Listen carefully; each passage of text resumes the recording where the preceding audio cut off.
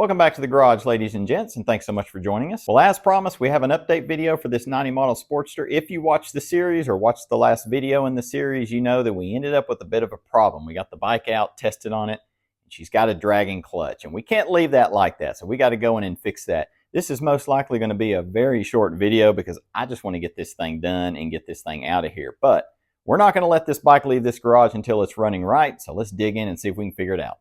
Oh, nothing like pulling off parts that you just installed. This stuff's pretty easy though. Just got to figure out what the problem is.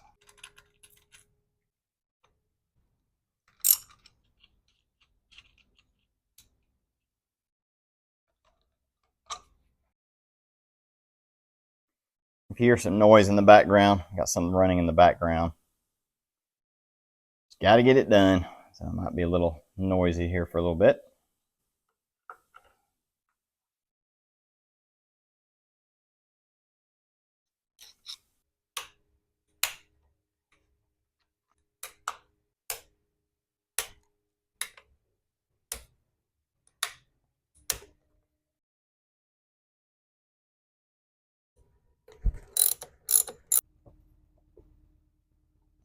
It's actually helping some. Right down into the pan. Look at that. Genius. There we are. No mess. Gotta like that.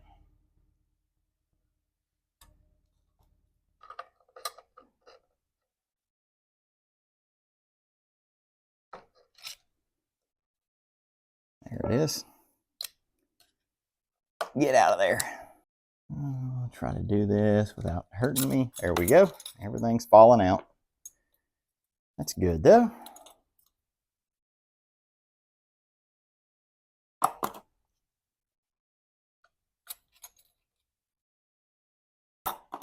All right, get this out.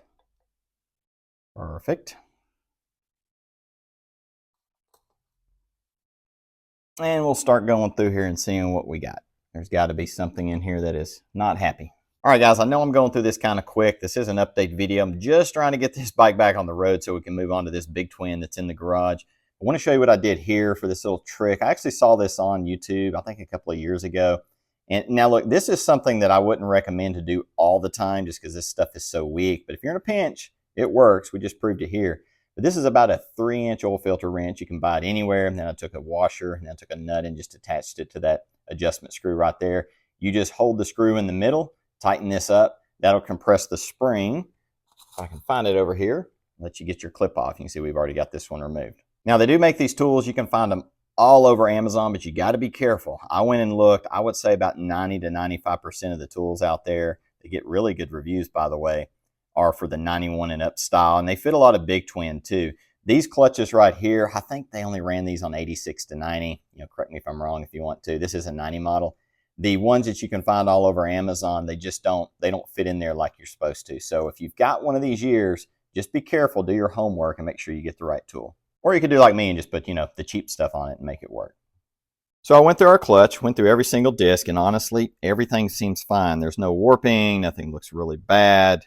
Also, even our little spring plate that's in here. And by the way, if you're working on your own bike and you're going to keep it, there is a spring plate in here. Just go do a Google search on it. You'll find out why. Highly recommend to either delete that or to replace it. As I've said a million times, I'm not putting another dime into this bike unless we absolutely have to.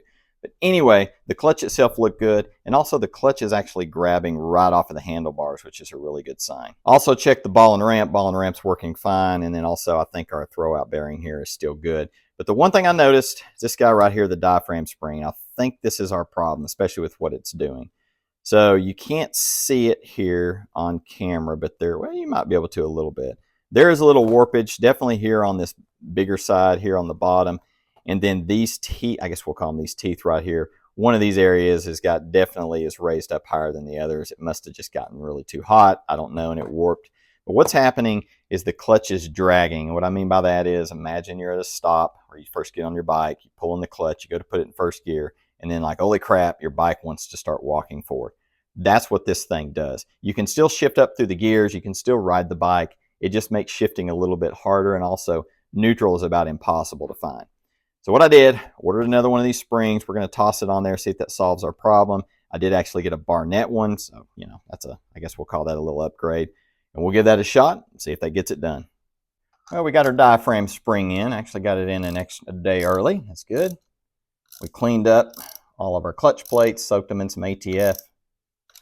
Now we're going to try to see if we can't press this thing in, see if this little trick will work again. It should.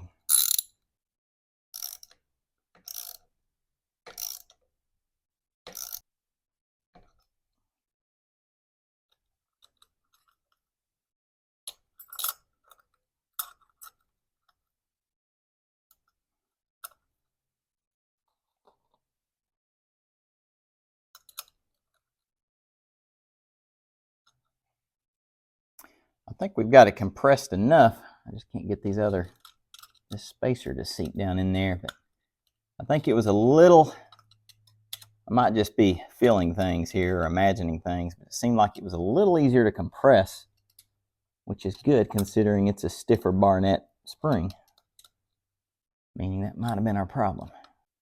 All right, I do believe, it's hard to get down and look at this. I probably should have raised the bike up higher. I do believe we are in good shape. That went on rather smoothly.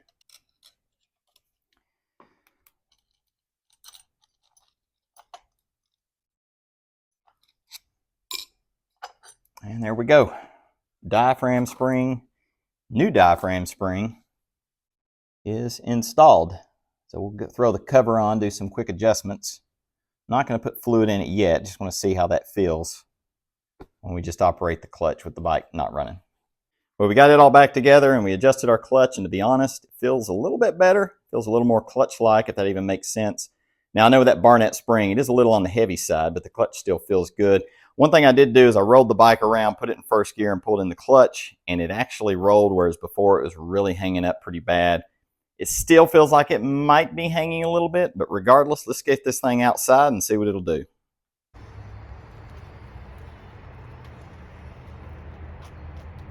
Well, I'm keeping all my fingers crossed on this one, because if this doesn't fix it, I'm not really sure where to go after that, to be honest.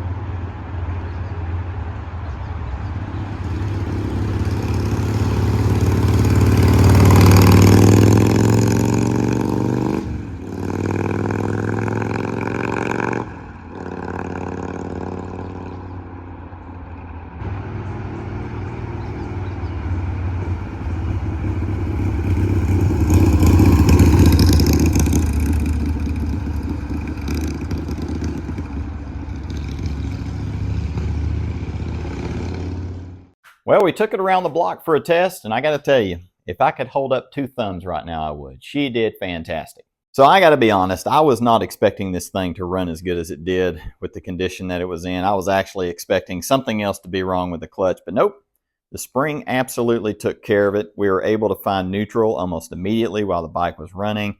I actually did about maybe 3 or 4 passes here around the neighborhood, and all 4 gears shifted rather easy, both up and down, and I'm just completely happy with it right now. But guys, that is going to officially do it for this bike. There are a few things I need to tidy up over here. We've got to get our clutch cable, you know, kind of squared away, clean up down here, and then I got to throw my mirror on. I forgot all about my dang mirror. I couldn't see when I was out riding around, but for the most part, she is ready for the road. Now, there is one negative that I got to call out, because I want to be very transparent on this channel, and especially with anybody that comes to take a look at it. We got a little bit of an oil leak down here, and I think it's coming from either the cam cover or maybe the oil pump, and I didn't even notice it. To be honest, though, we have put so much work and effort into this bike. We've done so much to get it to here. I don't want to fool with it anymore at all, and plus, you know, this is a 36-year-old motorcycle. But if you go back and watch some of the earlier videos on this bike, you see the condition it was in. Depending on who owns it, this bike was probably not too far off from being parted out, to be honest. So for us to get it to this point, I'd say that's a pretty good accomplishment. Well, I hope you guys enjoyed this video, and if you watched the whole series on this bike, first of all, thank you, and I hope you enjoyed all that. This thing was quite the doozy of a project for us. We did a lot of work to this thing, and I'm pretty happy with how it turned out.